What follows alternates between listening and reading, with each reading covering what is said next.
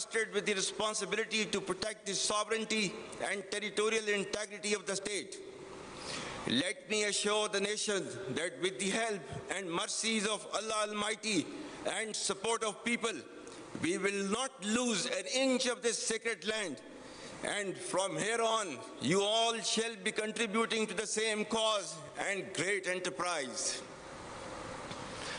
I very proudly salute the valor of the people of Pakistan, every soldier, sailor, airman, the brave men, women, children, and elderly who laid their lives during these testing times, and to the Ghazis who fought with utmost conviction to defend the motherland at all cost.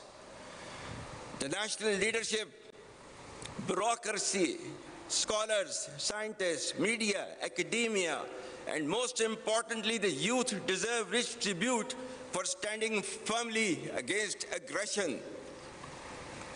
Our Shohda, who have sacrificed for the creation and later preservation of this great country, deserve highest recognition.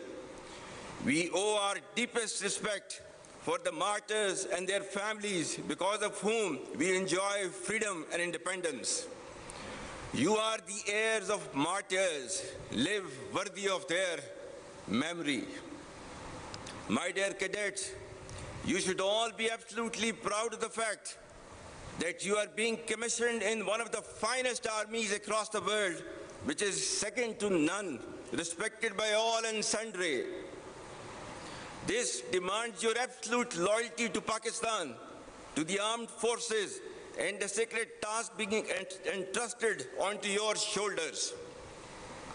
It warrants highest standards of courage, conviction, discipline, and professionalism.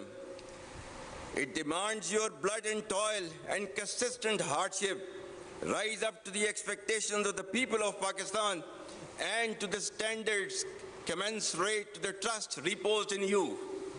Remember, our enemies are hell-bent upon driving a wedge between our people and armed forces for their ulterior motives.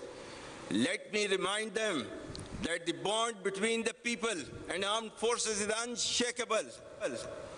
For you all, nothing should be more sacred than the safety and security of the people of Pakistan, and no duty more binding than the defense of our beloved motherland.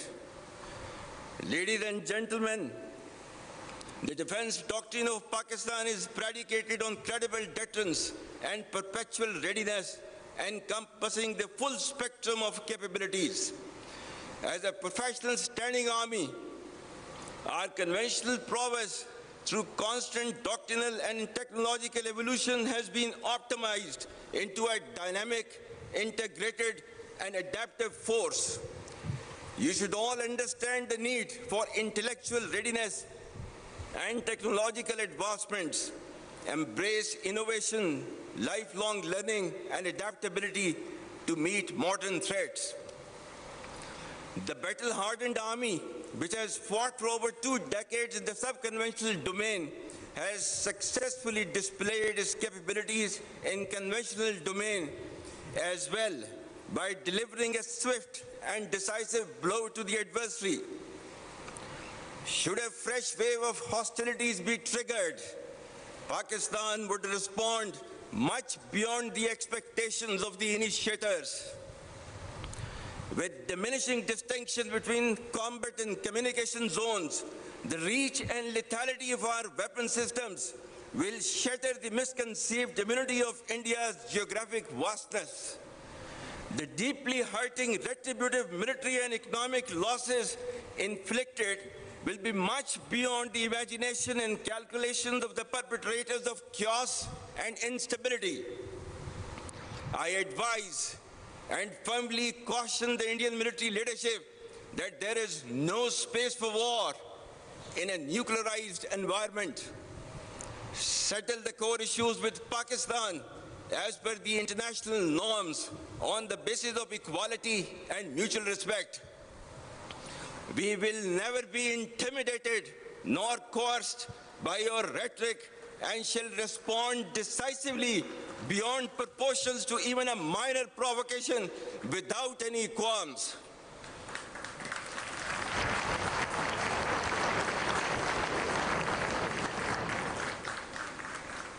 The onus of ensuing escalation, one that may ultimately bear catastrophic consequences for the entire region and beyond, will squarely lie with India.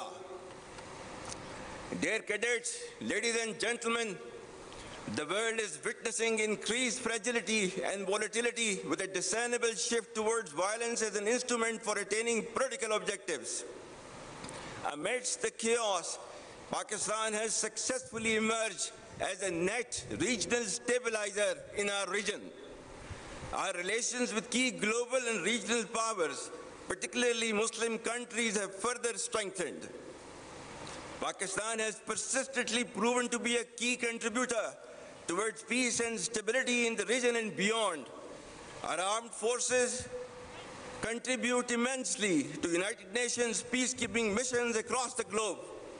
The recent strategic mutual defense agreement with Kingdom of Saudi Arabia is a reinforcement and formalization of Pakistan-Saudi brotherhood and a step towards ensuring peace and stability in the Middle East and South Asia.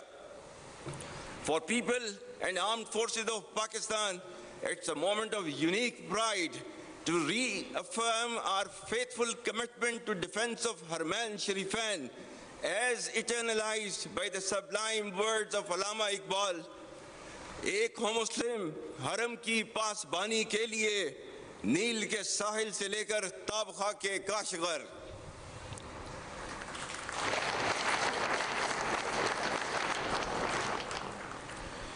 Pakistan has also made humble contributions towards peaceful steering of the negotiations with Iran. Our relations with all other Muslim countries are thriving at an exponential pace. Most significantly, we stand proud of our historic and all-weather strategic cooperative partnership with People's Republic of China. Re-energization of strong and growing relations with the United States of America is an encouraging and welcome development. President Trump's personal efforts and strategic leadership to bring peace to multiple conflict-prone areas of the world are really praiseworthy. We will further nurture these relations with key global and regional players for the interest of peace, security, and development. Ladies and gentlemen, having failed in its belligerence against Pakistan in Operation Marka-e-Haq, India continues with state-sponsored terrorism as a preferred policy. Our adversaries' use of Fitna al-Hind and Fitna al-Khawarij as hired guns exposes its cowering, hypocritical, and heinous face to the world. Equally disconcerting is the use of Afghan soil for terrorism in Pakistan. We urge the people of Afghanistan to choose mutual security over perpetual violence and progress over hardline obscurantism. Taliban regime must rein in the proxies who have sanctuaries in Afghanistan and are using Afghan soil to perpetrate heinous attacks inside Pakistan. The law enforcement agencies and the armed forces, with the support of the brave people of Pakistan, particularly of Khyber Pakhtunkhwa and Balochistan, will surely defeat this menace as well. Be rest assured that, like our victory in the conventional domain, every state proxy of our neighbor will be razed to dust, inshallah.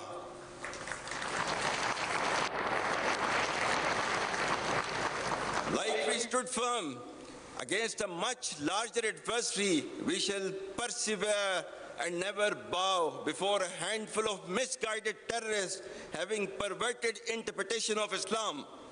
Rest assured that Pakistan is a peace-loving nation and shall ensure peace within and peace without. India's state-sponsored terrorism, oppression, and widespread atrocities in illegally occupied Jammu and Kashmir should also come to an end. For how long will the people of Kashmir continue to suffer repression and remain deprived of their right of self-determination? Pakistan remains steadfast in its principles